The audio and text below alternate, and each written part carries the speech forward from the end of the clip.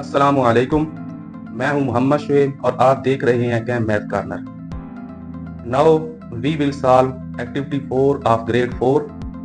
The एक्टिविटी इज addition and subtraction of fraction, and the task 1 is add and subtract, and the part is the addition of fraction of 9/16 plus 7/12।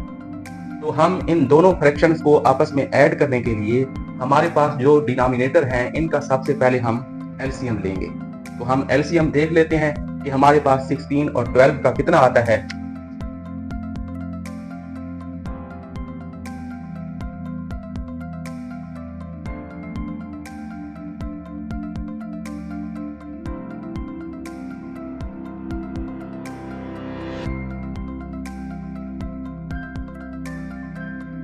तो 16 और 12 का हमारे पास LCM आता है 48। तो अब हम क्या करेंगे, यहाँ पर बराबर का साइन डालेंगे, इक्वल का साइन डालेंगे और उसके सामने एक लाइन लगाएंगे। लाइन के नीचे डिनोमिनेटर में हम एलसीएम लिखेंगे 48। तो अब हमने 16 वाला टेबल 48 पे लेके जाना है। तो 16 वाला टेबल 48 पे 3 टाइम्स जाता है, 16 3s आर 48।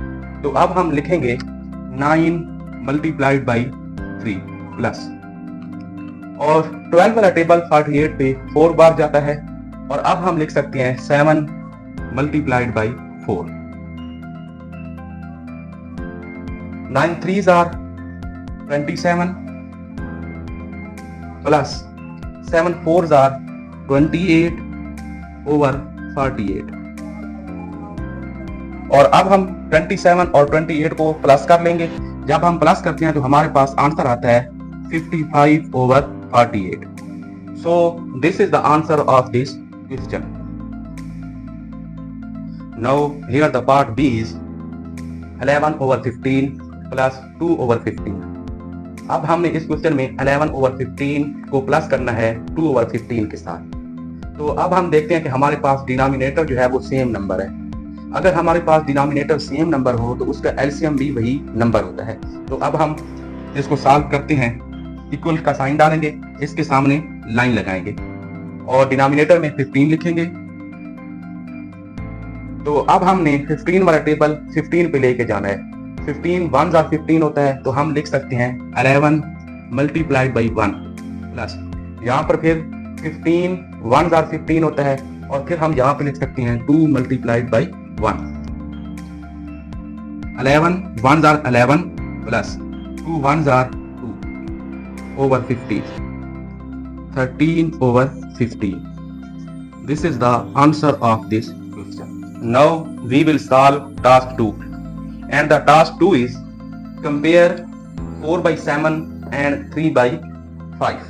तो अब हमने इन दोनों फ्रैक्शन को कंपेयर करना है। तो इन दोनों फ्रैक्शन को कंपेयर करने के लिए हमें सबसे पहले इनके डिनोमिनेटर को इक्वल करना है। तो इन दोनों के डिनोमिनेटर को इक्वल करने के लिए हम सबसे पहले इन दोनों का एलसीएम फाइंड करेंगे। तो इनका एलसीएम फाइंड करते हैं।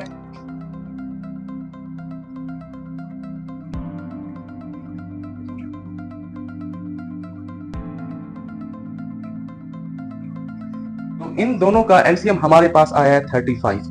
तो अब हमने इन दोनों फ्रैक्शन के जो डिनोमिनेटर हैं उनको 35 के इक्वल करना है। तो इसके लिए हम सबसे पहले लिखेंगे 4 by 7। अब हमने 7 को बनाना है 35, तो इसको इससे 5 से मल्टीप्लाई करेंगे, नीचे भी 5 मल्टीप्लाई करेंगे और ऊपर भी हम 5 मल्टीप्लाई करेंगे। तो ये हमारे पास आ जाएगा 4 5s are 20 over 7 5s are 35। इसी तरह से हम लिखेंगे 3 by 5। अब हमने 5 को 35 बनाना है, तो इसको मल्टीप्लाई करेंगे 7 से। 7 को नीचे मल्टीप्लाई किया है तो इसको उसी तरह से ऊपर भी मल्टीप्लाई करेंगे।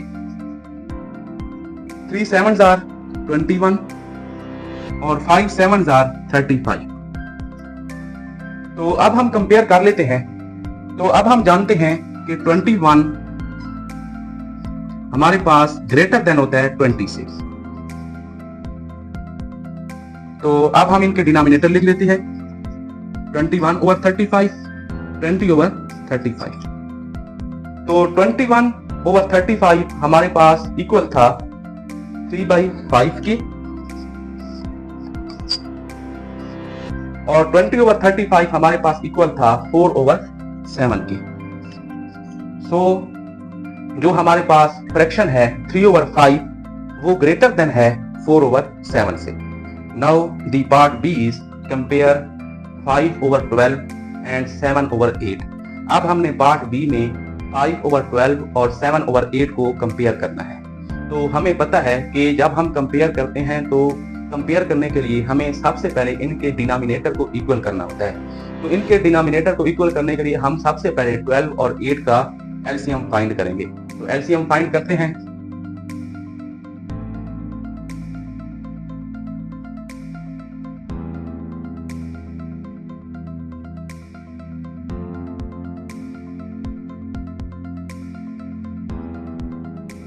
तो एलसीएम हमारे पास आया है 12 और 8 का 24। तो अब हमने 12 को भी 24 बनाना है और 8 को भी 24 बनाना है। तो इस मकसद के लिए हम सबसे पहले इक्वल का साइन डालेंगे और सामने डालेंगे एक लाइन। तो सबसे पहले हम क्या करते हैं, 12 को हमने 24 बनाना है तो 12 को 2 से मल्टीप्लाई करते हैं। जो चीज नीचे मल्टीप्लाई होगी वही ऊपर वाले नंबर के साथ भी मल्टीप्लाई होगी। 5 मल्टीप्लाइड बाई 2, तो ये इक्वल आ जाएंगे 5 2s are 10 ओवर 24। अब हमने 8 को भी 24 बनाना है। तो अब हम क्या करेंगे, यहां पर लिख लेंगे 7 ओवर 8। 8 को 24 बनाने के लिए इसको 3 से मल्टीप्लाई करेंगे।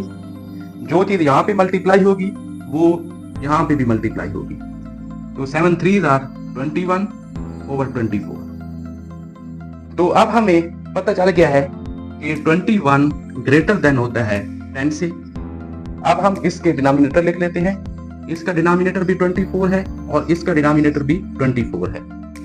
तो अब हमारे पास 21 ओवर 24 इक्वल है 7 ओवर 8 की, और 10 ओवर 24 इक्वल है 5 ओवर 12 की।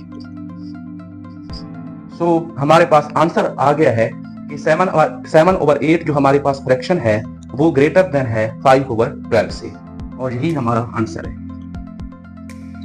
Now here the task 3 is convert each of the following into mixed fraction.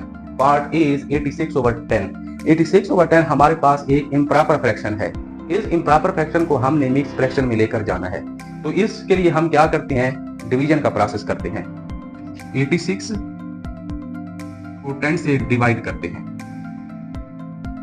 तो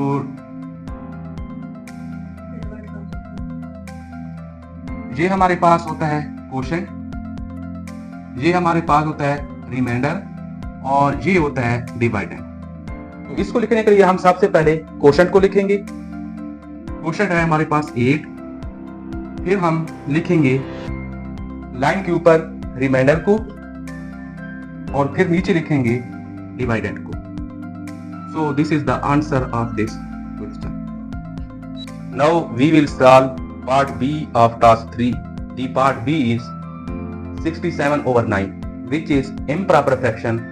अब हमने इस improper fraction को mixed fraction में कन्वर्ट करना है। तो हम डिवीजन का प्रोसेस करेंगे।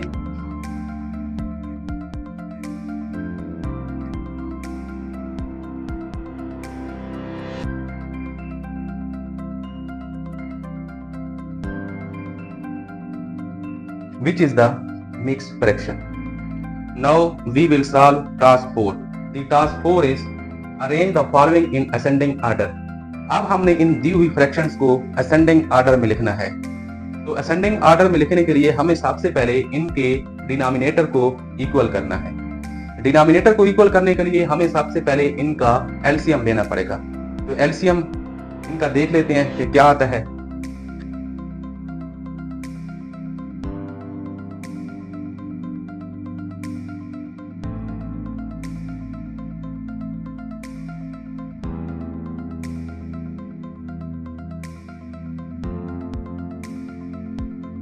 तो इनका हमारे पास एलसीएम आता है 30। अब हम इन चारों फ्रैक्शन के जो डिनोमिनेटर हैं उनको 30 से इक्वलाइज करेंगे। तो सबसे पहले हम देख लेते हैं 4/3 को। 4/3 इज इक्वल टू, अब हमने 3 को 30 के इक्वल करना है, तो सबसे पहले लिख लेंगे 4/3, डिनोमिनेटर को 10 से मल्टीप्लाई करेंगे और उसी तरह से न्यूमरेटर को भी 10 से मल्टीप्लाई करेंगे, तो ये हमारे पास आ जाएगा 40/30। अब हम अगली फ्रैक्शन को देख लेते हैं, 2/2 इज इक्वल टू 2/2। अब हमने 2 को 30 बनाना है, तो 2 को 15 से मल्टीप्लाई करेंगे। 15 अगर डिनोमिनेटर में डिवाइड होगा तो न्यूमरेटर में भी मल्टीप्लाई होगा, इज इक्वल टू 30/30। अब हम लिख लेते हैं 1/15 इज इक्वल टू 1/15। अब 15 को हमने 30 बनाना है, तो डिनोमिनेटर में भी हम 15 को 2 से मल्टीप्लाई करेंगे, जो यहाँ पे मल्टीप्लाई हो रहा है वो न्यूमरेटर में भी मल्टीप्लाई होगा, 2/30। और अब है हमारे पास 7/10। 7/10, 10 मल्टीप्लाइड बाई 3 मल्टीप्लाइड बाई 3, 21/30। अब हमने इनके न्यूमरेटर देखने हैं, तो न्यूमरेटर इनमें सबसे पहले आ रहा है हमारे पास 40, जो बड़ा है। 40 बड़ा है हमारे पास 30 से, और 30 ग्रेटर देन है हमारे पास 21 से, और 21 ग्रेटर देन है हमारे पास 2 से।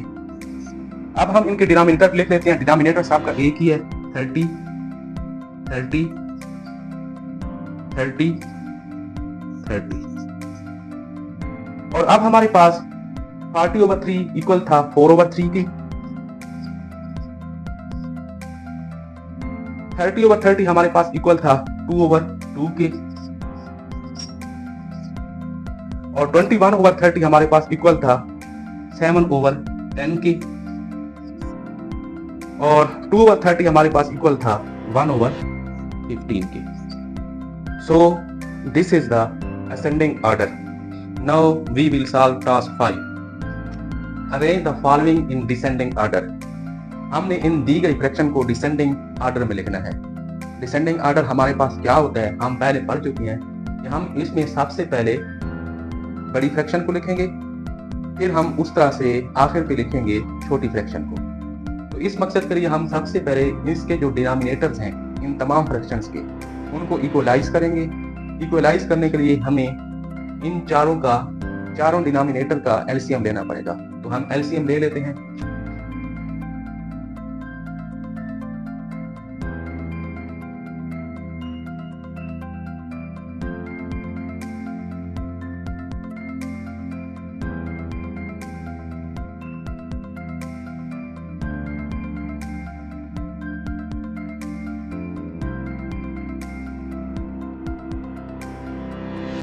एलसीएम हमारे पास आया 48। तो अब हमने हर फ्रैक्शन का डिनोमिनेटर को 48 बनाना है, तो इसके लिए हम सबसे पहले 5/8 लिखते हैं। 5/8 इज इक्वल टू 5/8। तो 8 6 48 होता है। 6 को डिनोमिनेटर में भी मल्टीप्लाई करेंगे और न्यूमिनेटर में भी मल्टीप्लाई करेंगे, तो ये हमारे पास आ जाएगा 30/48। अब हम 3/4 को देखते हैं। 3/4 is equal to 3/4 multiplied by, अब हम 4 को 48 इक्वल करना चाहते हैं, तो 4 मल्टीप्लाइड बाई 12 करेंगे, और इधर भी क्या है कि मल्टीप्लाइड बाई 12 करेंगे, तो हमारे पास आ जाएगा 36/48। उसके बाद है 7/12। 7/12 इज इक्वल टू, यहाँ पर 12 को हम 4 से मल्टीप्लाई करेंगे, यहाँ पर भी 4 से मल्टीप्लाई करेंगे, हमारे पास आ जाएगा 28/48। इसके बाद है 11/16 is equal to 11/16 multiplied by 3 multiplied by 3, 33/48। तो सबसे पहले हम इन तमाम फ्रैक्शंस के न्यूमरेटर लिखते हैं। तो सबसे पहले हम उस न्यूमरेटर को लिखेंगे जो सबसे बड़ा होगा। तो सबसे बड़ा इन तमाम फ्रैक्शन में हमारे पास न्यूमरेटर 36 है। उसके बाद हमारे पास 33 है। उसके बाद हमारे पास 30 है और उसके बाद है 28। अब हम इनके डिनोमिनेटर लिख लेते हैं। डिनोमिनेटर सबका 48 ही है।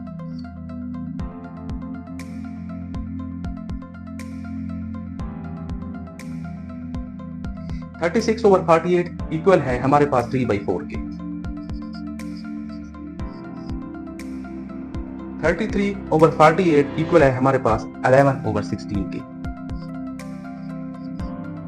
और 30/48 इक्वल है 5/8 के।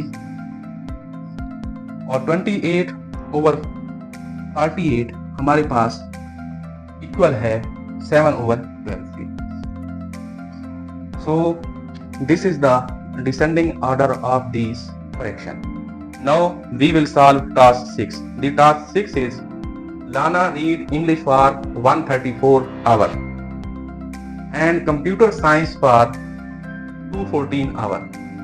Lana English 134 आवर पढ़ती है और कंप्यूटर साइंस 214 आवर पढ़ती है। How much time did she spend on both of subject? वो इन दोनों सब्जेक्ट पर कितना टाइम स्पेंड करती है। तो सबसे पहले हम लिख लेते हैं लाना read English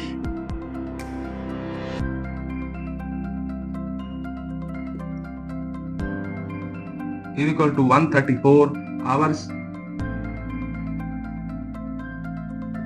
Lana read computer science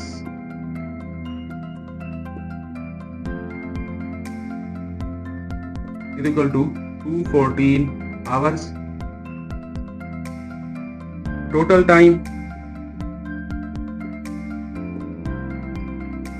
is equal to 134 hour plus 214 hour is equal to 348 hours. So Lana spent on both subject 348 hour. Here the task 7 is Hira had 834 meter long rope. Hira के पास 834 metre लंबी रस्सी है। She cut into 7 equal parts. वो इसे 7 equal parts में divide करती है। Find the length of the each piece of the rope. रस्सी के हर हिस्से की लेंथ को हमने इस क्वेश्चन में मालूम करना है। तो सबसे पहले हम लिख लेते हैं length of rope. Length of rope is equal to 834 metre. Number of pieces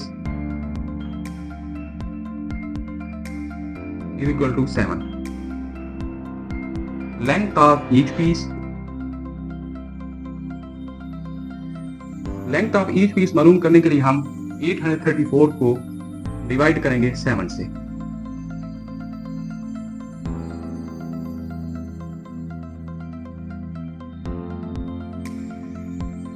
तो length of each piece of the rope हमारे पास अप्रॉक्सीमेटली इक्वल टू आता है 119 मीटर के। So length of each piece of the rope is 119 metre. I hope मेरी ये video आपको पसंद आई होगी। मज़ीद इस तरह की वीडियोस को देखने के लिए मेरे चैनल को लाइक, सब्सक्राइब और शेयर करें। Thank you.